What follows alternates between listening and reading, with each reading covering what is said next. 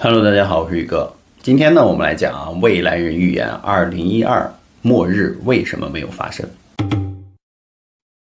在1948年初呢，伊拉克国家的岩石博物馆的馆长举行了一次非常激动人心的会议。当时呢，是有2名美国的考古学家呢带着公文包走进了他的办公室，轻轻的呢将公文包放在了办公桌上，旁边呢是一个布满灰尘的纸箱。3个人礼貌的打了招呼并握了手。其中一个美国人呢拨动了箱子上的密码，他打开了箱子里面装满了一叠叠美金钞票。那馆长呢则是打开了一个看起来像是旧鞋盒子的盖子，里面呢是有2个古老的苏美尔圆柱形的印章。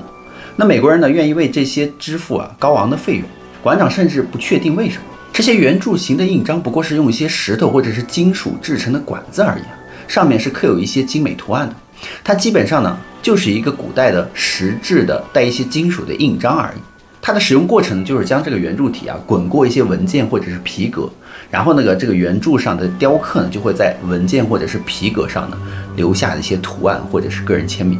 这就是苏美尔人保证商业交易真实性的一种方式，就像是当时签订合同一样。那这个圆柱体的印章是由木头、石头、青铜制成的。实际上呢，只要主人能够负担得起呢，这些特殊的圆柱体呢，也可以用黄金制成。那馆长就觉得得到的这些报酬呢，比这些印章的价值是高得多的。所以馆长呢就提出向美国的考古学家展示更多的印章，希望呢能够再卖出去更多嘛。因为博物馆里面还有几百个这样的印章，他可以发大财。但是美国人却只对这2个圆柱体的印章感兴趣。馆长就不知道美国人怎么知道这2个圆柱体的印章是存在在他的博物馆里的呢？而且这2个圆柱体印章他根本就没有在博物馆展出过呀，他一直被放在一个盒子里面，而且是布满灰尘的那个架子上放了好几年。所以馆长其实也没有那么在意这件事情，毕竟他现在赚了很多钱嘛。而2个小小的印章又算什么呢？于是双方呢愉快的握手1小时之后呢交易就完成了。那拿到印章的考古学家们立刻就坐上了一架 C97 货运飞机。这架特殊的货运飞机呢，是由新成立的美国空军呢为运载货物而设计的。他们要在伦敦加1整天的油，然后飞越大西洋呢，在马里兰州的安德鲁斯短暂停留，然后降落在新墨西哥州的霍洛曼机场。一路上呢，另一个人打开了放在腿上布满灰尘的那个鞋盒子，困惑地盯着上面的撒玛利亚圆筒形的封条。他说他们看起来就像是这种金属的卫生纸卷，而上面雕刻的呢是古代典型的一些图案。比如说有一个男人拿着手杖，然后他坐在椅子上，下面的人呢对他俯首称臣，还有一些动物的图案，也许是牛，还有一些他不认识的符号等等。于是他还把这个印章拿给他的搭档看嘛。当时呢2个人都耸耸肩完全不知道这些到底是什么东西，有何用处，因为他们呢只是奉命来交易这个印章的人员。那这些精美的古代遗物到底有什么用呢？我们从历史上就可以找到答案。在1933年呢，德国就对一些神秘的古代遗物很着迷，他们相信这些遗物是有很强大的能量的，可以作为征服欧洲以及其他地区的一个主要工具。于是德国的考古学家呢就开始寻找旧约中传说的约柜，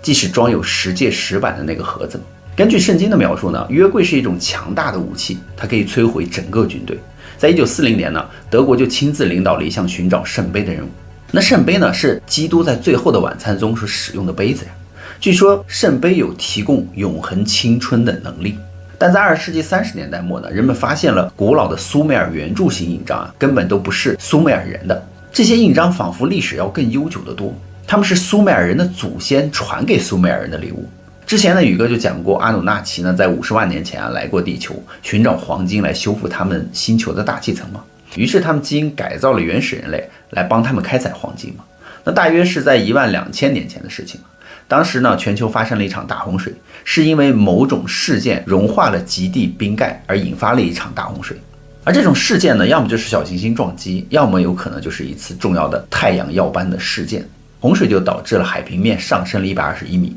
并改变了地球的地貌。那数百万平方英里的土地呢被淹没，城市被摧毁，整个人类的种族几乎被毁灭。这个事件你可以在每个古代的文化中都可以看到洪水神话的描述。而神话呢，通常以一个神一般的人物从海里或天上出来，帮助人类重启文明而结束。而阿努纳奇人呢，给了撒玛利亚人逃离灭绝的指示。这些指示呢，他们说就刻在了这些圆柱体的印章封条之上。按照当时的顺序，如果你滚动这些圆柱体的话，这些圆柱体内呢就会展现出进入自然形成的虫洞的那种程序，它被称之为星际之门。他们就说这个星际之门可以让你立即移动到太空中的各个地点，而且苏美尔人的祖先就说呢，这些圆柱体呢，他们被发现是这些外星人留给他们的。现在呢，他们都被转移到了一个名为 MJ12 的组织手上。那 MJ12 呢是成立于1947年，专门负责处理坠毁的 UFO 的技术啊、生物呀，以及所有这方面的高度机密的事情。MJ12 很快就了解到 UFO 的技术与苏美尔圆柱体上的信息是相兼容的，他们通过将这些古老目标的指令与外星人的技术相结合，而 MJ12 呢就制造出了一台机器。他们说这台机器啊比任何人想象的都要强大，它强大到足以摧毁整个地球。而且在2012年呢，他们确实做到了。戴安呢是一名微生物学家，他接受了一份工作的邀请，当时是参与一项名为水瓶座计划的绝密政府计划。那水瓶座呢在基地一个名为帕鲁斯湖的地下设施中运行，员工们称该建筑为 S4。那这座建筑呢距离51区约19公里。戴安呢当时说他乘坐一架直升机直接前往了那里，然后有一位彬彬有礼的非常严肃的穿着沙漠迷彩服的军官呢护送他到大楼。戴安以为他是一名军官，但事实上他说他的制服上没有任何的军衔标志，没有部门，甚至没有姓名，什么都没有。而 S4 呢有非常严格的安全措施，到处都有武装的警卫，每扇门呢都需要声纹识别或视网膜扫描，而每天呢他都必须接受净化的这个过程和程序，包括换衣服、洗澡、刮胡子。他说 S4 的地板上呢画着2条平行线，一条是蓝色的，一条是红色的。戴安呢被告知要待在蓝色的线内，永远不要跨越到红色的线内，否则呢会被枪杀。那 S4 这栋楼总共有5层，1到4楼呢是必须步行的，大楼里唯一的电梯呢是在4层，而这里呢是进出5层的唯一通道。所以整个环境全部熟悉之后呢，丹就拿到了安全徽章，并被带到了自助餐厅。他说到餐厅里呢有4张桌子，每张桌子分配给不同的项目团队使用，就是他们不可以混合做。而他呢被要求和水瓶座的团队一起吃饭，用餐的时间呢还尽量是错开的，尽量的要减少他们与其他团队之间的接触，但仍然呢提醒他不要与任何其他项目的成员交流。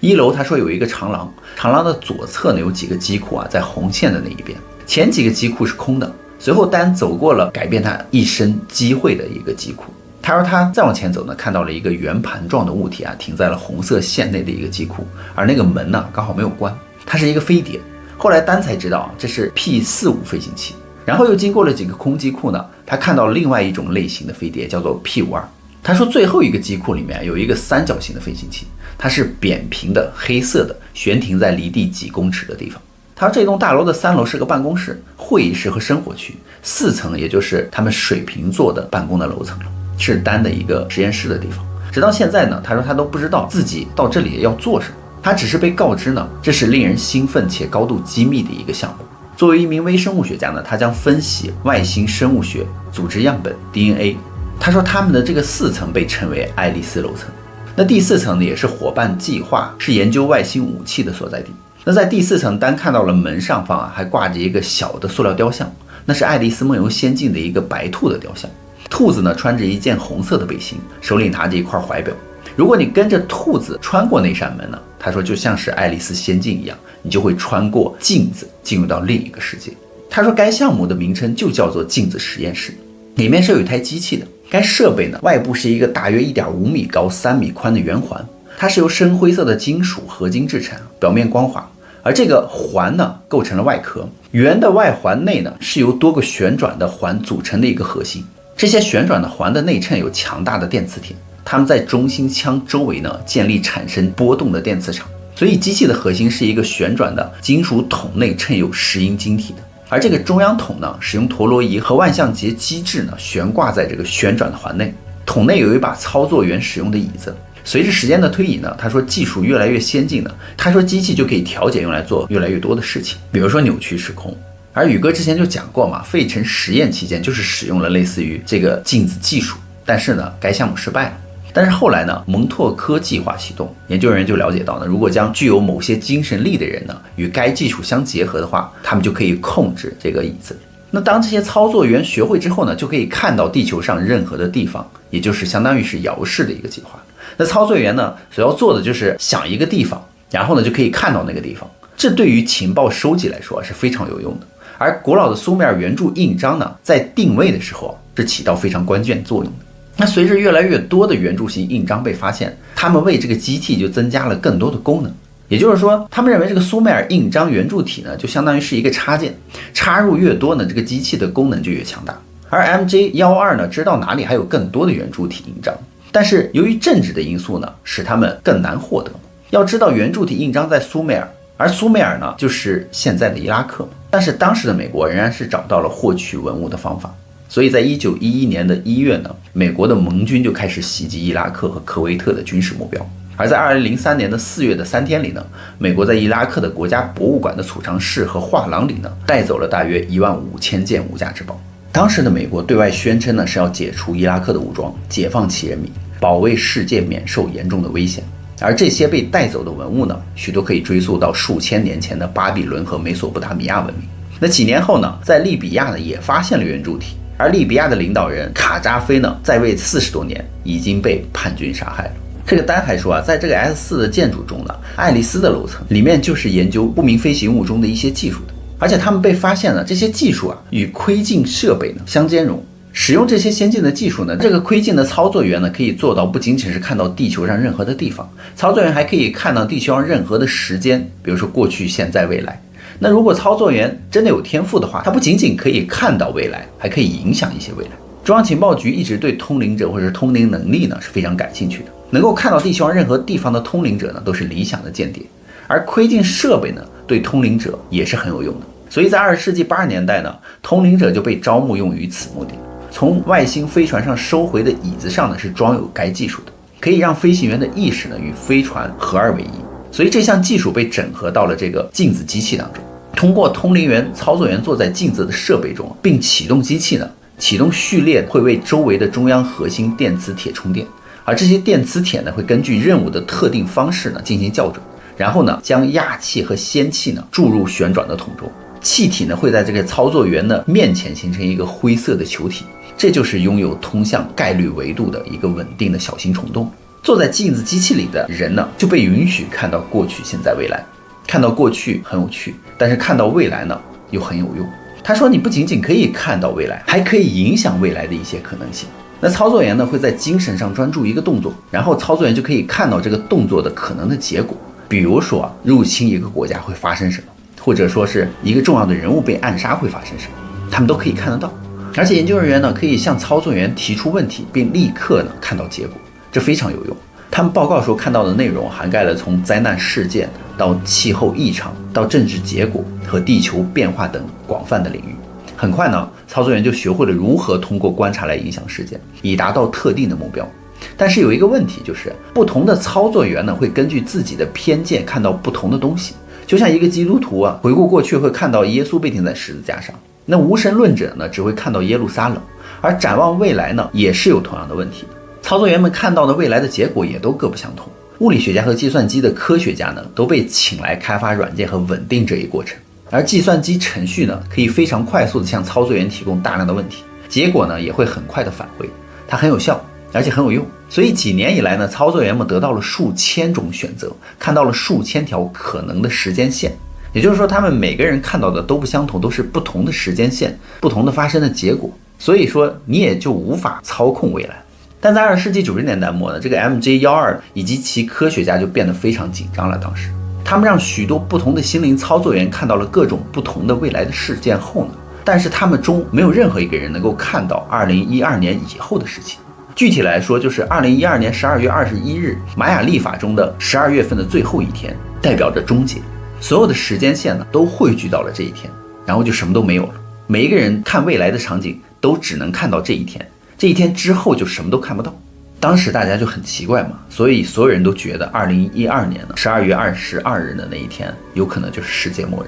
而且科学家们还得到了其他的帮助啊，他们不仅有 P52 的宇宙飞船，还有其飞行员，他们称这个飞行员为 AP52。这个飞碟上的飞行员他声称自己来自于52000年以后的未来，而 P52 外星人呢就是人类。这到底是怎么回事呢？在1953年的5月21日啊，一队空军科学家呢被派往了亚利桑那州的金曼西北8英里处的不明飞行物的坠毁地点。其中一位科学家呢是亚瑟斯坦泽尔，他签署了一份宣誓书啊，声明呢他是金曼不明飞行物打捞行动的目击者。该飞船采用的是拉丝铝的外壳啊，宽约9.14米，里面呢有旋转的座椅、仪表和显示面板。目击者们就看到了几具尸体，大约高是1.2米，皮肤黝黑，他们身材呢小巧，头很大，有一双很大的黑眼睛。其中一个生物居然还活着，并被带到了51区啊，取名为 P52， 它的本名呢叫凯拉，而 JROD 呢是它的种族的姓名。具体来说呢，凯拉的基地呢是位于水瓶座方向，在葛利斯系统当中，而水瓶座计划呢就是这样得名的。那现在呢，尽管它的基地在葛利斯系统，但是凯拉声称它最初是来自于泽塔星系。泽塔星系呢是王谷座位于南天星中的宽连星。那这个系统呢距离地球是39光年远，泽塔星呢为 UFO 研究人员所熟知。因为之前宇哥就讲过，美国军方早期是有派过12个人啊前往泽塔星参观的。没有看过这期节目的可以点击宇哥的头像进去翻找。那在1961年呢，贝蒂和巴尼呢声称是被一个来自于泽塔星的生物所绑架。贝蒂呢不是天文学家或者是科学家，但他还是能够绘制出泽塔星图，这是一个双星系统，它的地图呢还包括葛利斯系统。而这个泽塔星来的凯拉呢，他说他的族人正在应对一种正在摧毁他们星球人口的一个疾病。他的船员是他派回地球啊，试图找到治疗方法的众多船员之一。所以 P52 外星人呢，在基因上与人类呢某种程度是相近的，他们是智人的分支。最终呢，凯拉被允许回家，但是他在50区待了好几年，他帮助拯救了人类免于2012年12月22日的那一次大毁灭。但 MJ12 呢没有意识到所谓的2012年的世界末日事件呢并非意外，它应该是发生的，因为它是另一个未来人的种族设计一定要发生的事件。未来人说呢，根据撒玛利亚圆柱体上的星门技术呢是给人类的礼物，但它不是礼物，它是一种武器。在另一个时间线上呢，它摧毁了我们。实际上本来的时间线中的2012年的12月21日的状况应该是地球发生了一次近5度的大规模的极移。这次极移呢是由地球上的地幔对太阳巨大能量爆发的反应而引起的。这次极移引起了地球板块的连锁反应，造成了地球以前前所未有的强度颤动。靠近极移震中的城市呢，最先会感受到影响。地震波呢向外辐射，达到地球的每个角落。所以地壳移动时呢，没有人会是安全的。受影响的不仅仅是陆地，海床的剧烈震动也会引发出巨大的海啸，沿海城市呢都将被洪水摧毁。在内陆呢，海水会以惊人的速度奔腾而来，山体滑坡和塌陷的情况呢同样严峻。灾难呢吞噬了整个城市，屹立了数百万年的山脉呢都会轰然倒塌。其他的地方陆地都被推高，形成了新的山脉，而休眠的火山呢也会大爆发，整个星球的大气层届时会充满了火山灰，天空会变黑。灾难过后呢，地球会变得面目全非。当时各大洲的地理面貌会截然不同，一些大陆会分裂成很多岛屿，其他的大陆呢有可能会合并。那地球的裂缝会形成了新的海洋，一些古老的河流都会改道，其他的河流呢则消失了。届时呢，国家努力评估损失呢，并协调援助。一些关键的基础设施呢都被摧毁，全球的通讯网络呢不再能够运转。这场全球灾难呢会导致世界2/3的人口死亡，许多的物种灭绝，地球的表面呢变成了一片废墟。火山灰毒害了大气，多年来遮蔽了阳光，使整个食物链崩溃。但是呢，人类并没有灭绝，幸存者呢都转入了地下，在数千年的时间里呢重建了文明。这一切呢都被转移到了另一条时间线上发生了。而经过灾难后的人类呢，操纵时间和空间的能力变得越来越强大，可以实时的改变我们的 DNA， 可以操纵我们的身体形态。对地下生存呢最有利的形态就是更小更瘦的身体，而我们的脑袋呢却变得更大了，头骨也变大了。大大的黑眼睛呢是帮助我们在黑夜中看清楚东西。我们都变成了我们现在所描述的小灰人的形象。我们现在看到的灰人呢，他说其实不是外星人，他们就是我们45000年后的未来人， P45 未来人。那 P45 未来人呢，能够从人类的大脑中释放出很多的潜力，他们学会了心灵感应的交流，并能够用思想操纵时间和空间。但这种进化也是有缺点的， P45 失去了人性，因为一旦他们会了这些呢，他们就变得冷酷无情，变成了自私的机器，只对满足自己需要的东西感兴趣。被灰人绑架的人对他们来说都是如此。他们不关心人类，几乎像机器人一样。他们在人类的身上做实验，以改善自己的未来。那实验的重点呢，是人类的 DNA 分析，以及如何将其与 P45 的 DNA 或者是其他的动物的 DNA 相拼接，以改善他们自己的未来的基因。但这就是事情变得可怕的地方，因为 P45 未来人是希望这场大灾难在2012年发生的，他们仍然希望如此，他们需要它发生，这样呢，他们才能够存在。而 P54 的外星人凯拉呢，将遥视的机器呢关闭了几年。他说，正是因为这项技术而造成了2012年的灾难，因为人造虫洞扰乱了太阳的磁能。那现在呢，2012年已经过去那么久了，我们应该安全了吧？其实呢，我们想太多了。灰人呢，其实正在控制着光明会，而光明会呢，仍然希望这场灾难发生，因为地球上的人口会减少，就意味着他们拥有更多的控制权。通过控制世界领导者呢，让人们对人口过剩感到恐惧，并利用媒体传播。所有的这些呢，都是为了制造恐惧，从而制造仇恨。那在理想的情况下呢，就会导致核战发生。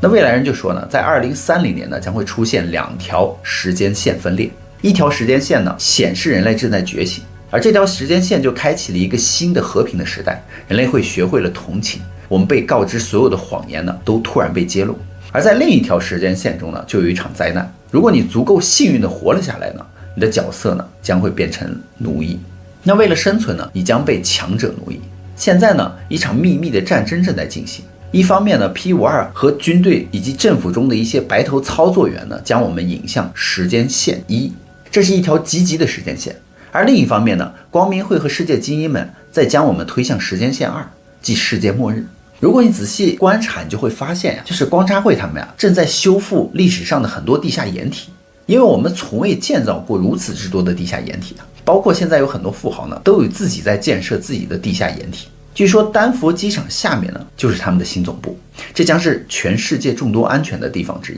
当权者可以在这里等待即将到来的末日过去。如果我们最终走上了错误的时间线的话，我们就会注定失败。那时间线1呢，代表着和平、同情、善良，而时间线2呢，代表着混乱、战争和仇恨。所以大家认为我们会走上哪一条时间线呢？那么好了，故事呢，宇哥也就讲完了。别忘了订阅关注宇哥的频道，看后续更多精彩内容哦。